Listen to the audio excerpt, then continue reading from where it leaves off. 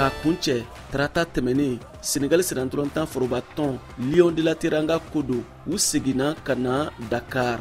VOA lasigiden Dakar Senegal nama jara k'a fɔ la Senegali jamanakuntigi Macky Sall tun ye layidu min ta a y'a bɔ sira fɛ.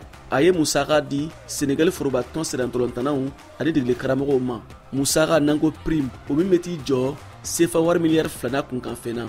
Degeli karamɔgɔ Aliou Cissé CFA wari miliyɔn 200 ani miliyɔn 30 sɔrɔ. Les Lions de la Teranga n'o ye Senegali waraw ye u danna diɲɛ tɔlantanba 8e de finale la.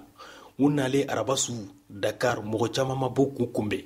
Nka Senegali jamanakuntigi Macky Sall y'u jansa n'a nafolo hakɛ ye miliyari 2 ani tila ye. K'a sɔrɔ nin jansali layidu taara ko n'u sera quart de finale de la. Macky Sall y'a jira k'a ye ŋaniya in ta ka nafolo in di Senegali tɔlantanna 26 ani dege karamɔgɔ Aliou Cissé ma walasa k'u waliɲuman don u ka cɛsiri la faso ye ani u ka dɔ fara halisa cɛsiri kan foroba tɔlantan tɔn kɔnɔ. U jansali nafolo in ni tɔlantanna kelen o kelen ye miliyɔn 115 sɔrɔ ani dege karamɔgɔ miliyɔn 230 u ka baarakɛlenw de kosɔn n'a daminɛna kabini diɲɛ tɔlantanba tagali tɔlantanw na n'o ye éliminatoires ye fo kana se diɲɛ tɔlantanba kɛnɛ kan Qatar. Wa o bɛɛ jatera jansali in kɔnɔ. Nka tɔlantanna minnu ma tagali tɔlantanw kɛ n'o ye éliminatoires ye i n'a fɔ Ismaël Jacob, Pathé Ciss, Iliman Ndiaye miliyɔn 80 de dira olu kelen o kelen ma n'a bɛ wele prime de participation. Jɛkulu min fana bɛ dege karamɔgɔ kɛrɛfɛ n'a bɛ wele staff technique olu hakɛ ye mɔgɔ 15 de u fana kelen o kelen